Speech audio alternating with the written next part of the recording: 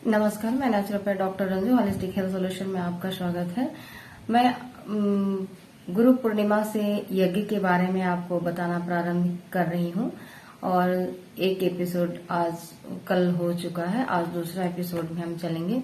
बहुत लोगों की आंतरिक इच्छा थी कि मैं कुछ यज्ञ के बारे में बताऊं। कुछ मेरे ऐसे अनुभव रहे हैं जो लोग सुनने के बाद मुझसे अपनी इच्छा जाहिर की कि आप यज्ञ के बारे में और भी कुछ बताइए और उसके प्रभाव और जीवन में क्या उसका लाभ मिलता है। तो मैंने एक क्रमिक रूप से जो सहज सरल शब्दों में मैं कुछ आपको देने का प्रयास करी हूँ यज्ञ के बारे में। यज्ञ से ही जीवन है और यज्ञ से ही समस्त विकास संभव है, इसके बिना हर चीज असंभव है। तो आइए आज हम जानते हैं यज्ञ के बारे में। यज्ञ शब्द यज धातु से बना है और धातु व्याकरणानुसार यज्ञ शब्द के 3 अर्थ बताए गए हैं, यानी कि यज्ञ का अर्थ मूल रूप से 3 है। वो कौन कौन सा है आज हम जानेंगे। पहला है देव पूजा, दूसरा है दान और तीसरा है संगतिकरण। तो अब हम समझते हैं कि देव पूजा क्या होता है। जब हम यज्ञ में देव पूजन करते हैं तो क्या करते हैं, इसमें हम जल, अग्नि, पृथ्वी, आकाश तथा सूर्य आदि इनका जड़ देवता का हम पूजन करते हैं। और ये जड़ देवता हमें किस तरीके से, और आधुनिक शब्द में यदि हम मेडिकल साइंस के टर्म्स में आपको बताएं तो जो ये आयुर्वेद में जैसे कहा गया तत्व, पंच तत्व, तो देव पूजन में हम जल, अग्नि, पृथ्वी, आकाश, सूर्य और इन सब की हम पूजा करते हैं। जल मीन्स आपके शरीर में जितने भी फ्लूइड्स हैं वो एक जल को इंडिकेट करता है। अगर जल की मात्रा नहीं होगी तो आप कभी ठीक नहीं हो सकते, स्वस्थ नहीं हो सकते। और ये जल की पूजा क्यों करते हैं कि ये एक ऐसे डिसिप्लिन है कि आप जल को बर्बाद ना करें, कंजर्वेशन अच्छे से करें, उसका अच्छे से यूज करें अपने जीवन में, या खेती में हो या शरीर में हो या प्लांटेशन के लिए हो, हर चीज में जहाँ उचित है उतना ही उपयोग करना, बर्बाद नहीं करना। ये एक डिसिप्लिन इस संदर्भ से सिखाया जाता है। और सबसे स्वास्थ्य लाभ क्या है कि जल का हम जब प्रॉपर यूज करते हैं तो हम अधिक से अधिक स्वस्थ और बोल्ड और इम्यूनिटी बूस्टअप होता है। अग्नि, हमारे शरीर में अग्नि बैलेंस होना चाहिए। अग्नि मंद हो गई तो कॉन्स्टिपेशन होगा, अग्नि अधिक हो गई तो एसिडिटी बनेगा।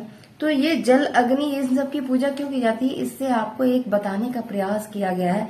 आध्यात्मिक शब्दों में बहुत सारी बात कही गई है, मैं उसी को थोड़ा शब्दों में आपको इंटरेक्ट कराना चाहती हूँ कि इनकी पूजा क्यों होती है। अग्नि आपके सूर्य की अग्नि और आपके नाद, नाभि चक्र जो डाइजेशन का काम करती है, जठराग्नि जिसको कहते हैं, हम उसको बैलेंस रखें इसलिए पूजा किया जाता है। वहाँ बताया जाता है कि हम इनको कितना स्वस्थ और निरोगी बना पाए, इसलिए सत्य की पूजा की जाती है। पृथ्वी, ये शरीर पूरा पृथ्वी तत्व की तरह है। इस शरीर में आप जो जो डालते हैं वो सब जाता है और उसी तरह की एक्टिविटी होती है। जैसे खेत में आप बीज डाल दीजिए, पौधे डाल दीजिए, वो अपना पोषण देने लगते हैं और वृक्ष बढ़ने लगते हैं, बीज अंकुरित होने लगते हैं। आकाश, खाली स्पेस भी होना बहुत जरूरी है, क्योंकि उस खाली स्पेस से आपको ब्रह्मांड की समस्त शक्ति, समस्त ऊर्जा, समस्त तत्व आपके शरीर में प्रवेश कर सके।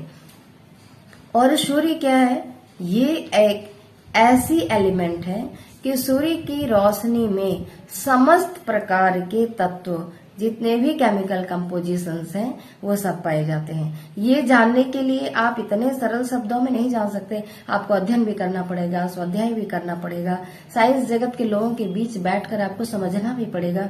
और उनके मेडिकल साइंस को समझने के लिए तो आपको एक मेडिकल स्टूडेंट होना तो बहुत जरूरी है, तभी आप इन चीजों को बहुत अच्छे से समझ पाएंगे। और मैं वही चीजों को थोड़े शब्दों में इंटरेक्ट करना आपके पास चाह रही हूँ कि आप इन्हें समझ बनाने की तैयारी करें। तो इसलिए देव पूजन किया जाता था। ये नहीं आज के बच्चे कहते हैं कि ये क्या है, जल, पृथ्वी, आग जला दिया।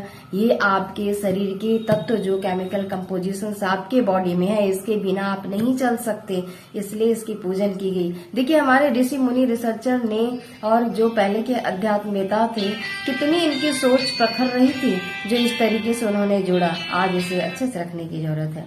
दूसरा, दान। दान क्या है, सुपात्र को दान, जो उपयोगी हो, हितकारी हो, हितार्थ हो, मतलब किसी भी चीज का हम दान करते हैं तो उससे किसी को दुख नहीं हो, पीड़ित ना हो, उसका अधिक से अधिक उपयोग करके सुपात्र को, जैसे किसी को हम पैसा दान दिए, अगर उनके पास बहुत पैसा है तो वो आके बर्बादी करेंगे, अगर उनके पास वैसे सोच है तो उसका विस्तार करेंगे। तो इसलिए दान की परंपरा रखी गई कि आपके पास अगर अन्न है ज्यादा तो आप गरीबों को दे दीजिए, वो खा के कम से कम शरीर को पाल पाएंगे, पोषित कर पाएंगे, अपने स्वास्थ्य को बना के रखेंगे। बहुत बड़ी बात है, लेकिन मैं छोटे शब्दों में आपको इंडिकेट कर रही हूँ। संगतिकरण क्या है? कोऑर्डिनेशन। किसका कोऑर्डिनेशन करना है आपको?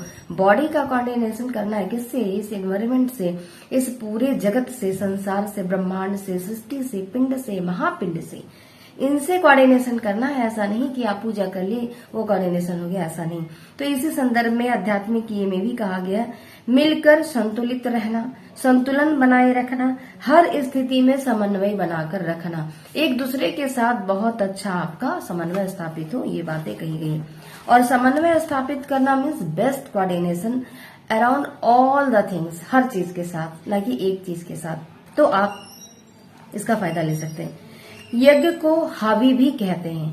हवि का क्या मतलब होता है? हवि क्यों कहते हैं? हवि का अर्थ है विष हरने वाला।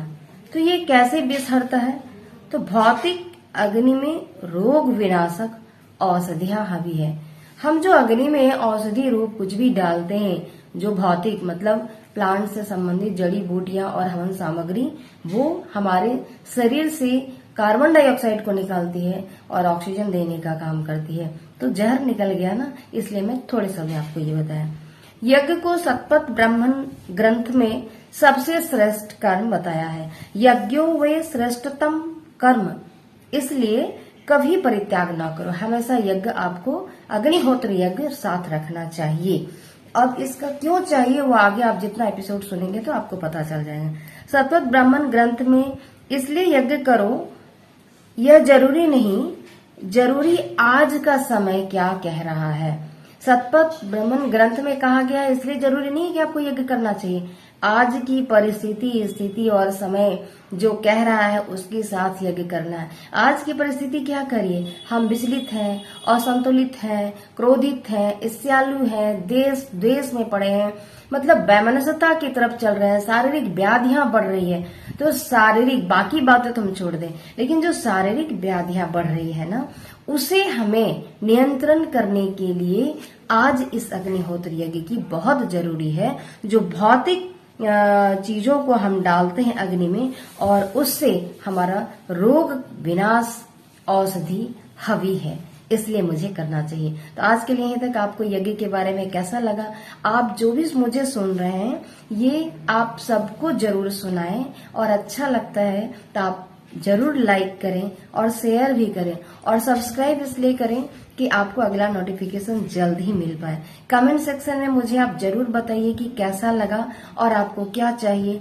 आज की समस्त पीढ़ी और हमारे साथ बूढ़े बुजुर्ग जो भी चल रहे, युवा, मध्यावस्था, गृहस्थ, वानप्रस्थ, जो भी लोग हैं, सभी लोगों के लिए योगी हैं, संत हैं, मुनि हैं, जो मेरी बात सुन पा रहे हैं, क्या आपको लग रहा है कि ये जरूरी है? क्या ये बातें लग रही है कि आज के समय में जरूरी है? अगर जरूरी है तो मुझे कमेंट सेक्शन में आश्वासन जरूर दें, ताकि मैं आगे की ओर बढ़ पाऊं। धन्यवाद।